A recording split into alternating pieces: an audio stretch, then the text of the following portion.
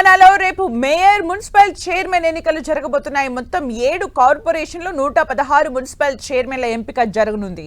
ఈ మున్సిపల్ ఎన్నికల్లో ఇప్పటికే మెజార్టీ స్థానాలు కైవసం చేసుకున్న కాంగ్రెస్ పార్టీ మొత్తం కార్పొరేషన్లను దక్కించుకోవాలని ప్లాన్ చేస్తోంది. ఇందుకోసం గెలిచిన కార్పొరేటర్లతో క్యాంప్ రాజకీయాలు మొదలుపెట్టింది. అభ్యర్థులు పార్టీలు మారకుండా క్యాంప్లకు తరలిస్తున్నారు. మరోవైపు గెలిచిన ప్రాంతాల్లో తమ జెండా ఎగురవేయాలనే పట్టుదలతో ఉన్న బీఆర్ఎస్, బీజేపీ పార్టీలు కూడా ప్రత్యేక వ్యూహాలు రచిస్తున్నాయి. ఇండిపెండెంట్ గా పోటీ చేసి గెలిచిన అభ్యర్థులను బుట్టలో వేసుకునేందుకు విశ్వ ప్రయత్నాలు చేస్తున్నాయి.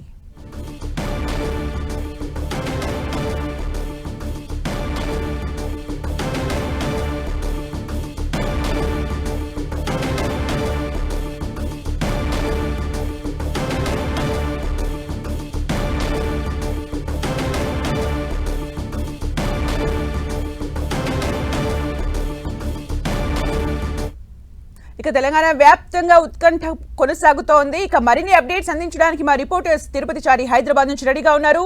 అలాగే కరీంనగర్ నుంచి సతీష్ రెడీగా ఉన్నారు. కుమారస్వామి వరంగల్ నుంచి, అలాగే ఆదిలాబాద్ నుంచి ప్రేమ్ సాగర్ రెడీగా ఉన్నారు. ముందుగా తిరుపతి చారి దగ్గరికి వెళ్దాం. తిరుపతి చారి, తెలంగాణలో ఈ నెల 11వ తేదీన మున్సిపల్ ఎన్నికల పోలింగ్ జరిగింది. మొత్తంగా 116 మున్సిపాలిటీలు, 7 కార్పొరేషన్లకు పోలింగ్ జరిగింది. ఆ పోలింగ్ జరిగిన తర్వాత 13వ తేదీన ఫలితాలు వెలువడ్డాయి. ఈ ఫలితాల్లో 66 స్థానాల్లో కాంగ్రెస్ పార్టీ విజయం సాధించింది. 66 మున్సిపాలిటీల్లో విజయకేతనంతో కాంగ్రెస్ పార్టీ ముందుకు పోతుంది. అదేవిధంగా మరొక వైపు 7 కార్పొరేషన్లో దాదాపు 4 కార్పొరేషన్లను కాంగ్రెస్ కైవసం చేసుకుంది. అయితే ఇంకా మిగతా కార్పొరేషన్ల విషయానికి వస్తే ఖమ్మం, అదేవిధంగా కరీంనగర్ 2 కార్పొరేషన్లకు సంబంధించిన విషయంలో ఖమ్మం కార్పొరేషన్ను మొదట సిపిఐకి అప్పగించాలని నిర్ణయించింది. అదేవిధంగా ఇక కరీంనగర్ కార్పొరేషన్ విషయం పైన కూడా ప్రత్యేకంగా కాంగ్రెస్ పార్టీ గురిపెట్టింది. కరీంనగర్ కార్పొరేషన్ కైవసం చేసుకునేందుకు శతవిధాల ప్రయత్నాలు చేస్తుంది. ఒకవైపు తెలంగాణ వ్యాప్తంగా ఈ మున్సిపల్ కార్పొరేషన్లకు సంబంధించిన విషయంలో మొత్తం ఆసక్తిగా ఎదురు చూస్తున్న పరిస్థితి నెలకొంది. ఒక్కొక్క వైపు అన్ని పార్టీలు కూడా ప్రత్యేకంగా క్యాంపులు నిర్వహిస్తున్నాయి. ఇక ఈ క్రమం కొనసాగుతున్న తరుణంలోనే ఇక మున్సిపాలిటీలకు సంబంధించి 66 స్థానాల్లో కాంగ్రెస్ పార్టీ మున్సిపాలిటీలలో అత్యధిక వార్డులను సాధించి ముందజలో ఉంటే, ఇక 13 మున్సిపాలిటీల్లో బీఆర్ఎస్ పార్టీ గెలుచుకుంది. అదేవిధంగా 1 ఫార్వర్డ్ బ్లాక్ గెలుచుకుంది.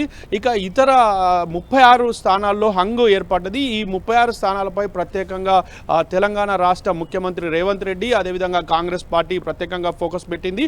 ఈ 36 ఏదైతే హంగు వచ్చిందో 36 మున్సిపాలిటీల్లో ఖచ్చితంగా ఆ 36 మున్సిపాలిటీల్లో సాధ్యమైనన్ని సాధ్యం చేసుకోవాలి, కాంగ్రెస్ పార్టీ జెండా ఎగరేయాలని చెప్పేసి ఆలోచన చేస్తుంది. ఇక కార్పొరేషన్లో కూడా కరీంనగర్లో ఖచ్చితంగా జెండా పాతాలనే ఉద్దేశంతో కాంగ్రెస్ పార్టీ మంత్రులు, అదేవిధంగా ముఖ్యమంత్రి కూడా ఆ దిశగా చేయాలని ఇప్పటికే ఆదేశించారు. ఈ ప్రయత్నాలు కొనసాగుతున్నాయి. క్యాంపు రాజకీయాలకు ఎక్కడికక్కడ కొనసాగుతున్నాయి. అన్ని పార్టీలు కూడా చాలా జాగ్రత్తగా పడుతున్నాయి. అయితే ఇండిపెండెంట్లకు ఇప్పటికే ఎరవేశారు. ఇండిపెండెంట్లకు ఆఫర్లు ఇస్తున్న పరిస్థితి ఉంది. పెద్ద ఎత్తున ఆఫర్లు ఇవ్వడంతో చాలా పార్టీల ఆఫర్లకు ఇండిపెండెంట్ అభ్యర్థులు కూడా ఒకవైపు ఆయా పార్టీల వైపు మొగ్గు చూపుతున్న పరిస్థితి ఉంది. మరొక వైపు కొంతమంది ఇండిపెండెంట్ అభ్యర్థులు స్వతంత్రంగా కొన్ని అధికార పార్టీకి మద్దతు తెలుపుతున్న పరిస్థితి ఉంది. ఎందుకంటే అభివృద్ధి కావాలంటే ఖచ్చితంగా అధికార పార్టీతో ఉండాలనే ఆలోచనతో కొంతమంది ఇండిపెండెంట్లు చేస్తున్న పరిస్థితి ఉంది. మొత్తానికైతే ఇక ఆసక్తికరంగా మారింది. రేపు మధ్యాహ్నం 12:30 గంటలకు మున్సిపాలిటీలలో, అదేవిధంగా కార్పొరేషన్లలో ప్రత్యేకంగా సమావేశాలను ఏర్పాటు చేస్తున్నాయి మున్సిపాలిటీలు, కార్పొరేషన్లు. అయితే ఈ సమావేశాలకు ముందుగానే క్యాంపు రాజకీయాలు నడుస్తుండటంతో మొత్తంగా ఈ 36 మున్సిపాలిటీల్లో ఎవరికి ఏ పీఠం దక్కనున్నదనేది ఆసక్తికరంగా మారింది.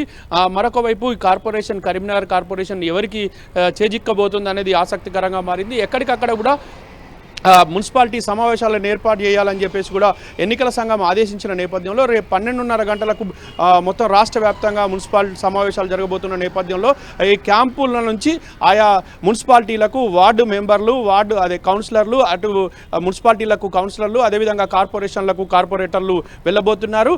ఇక రేపు ఒకవైపు మున్సిపల్కు సంబంధించిన చైర్మన్ ఎన్నిక, వైస్ చైర్మన్ ఎన్నిక ఉంటుంది. అదేవిధంగా కార్పొరేషన్లకు సంబంధించి మేయర్, డిప్యూటీ మేయర్ ఎన్నిక ఉంటుంది. కాబట్టి మొత్తం సభ్యులందరూ కూడా ఇప్పటికే ఆయా పార్టీలు విప్ జారీ చేసిన పరిస్థితి ఉంది.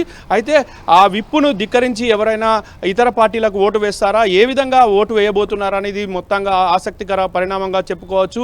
ఇప్పటికే ఇండిపెండెంట్లు మద్దతు కోసం ఇటు కాంగ్రెస్, అదేవిధంగా బీఆర్ఎస్ 2 పార్టీలు కూడా ఆయా మున్సిపాలిటీలు కానీ ఆయా కార్పొరేషన్ల పరిధిలో విఫల ప్రయత్నం చేస్తూ వాళ్ళతోని బేరసారాలు కూడా చేస్తున్న పరిస్థితి ఉంది.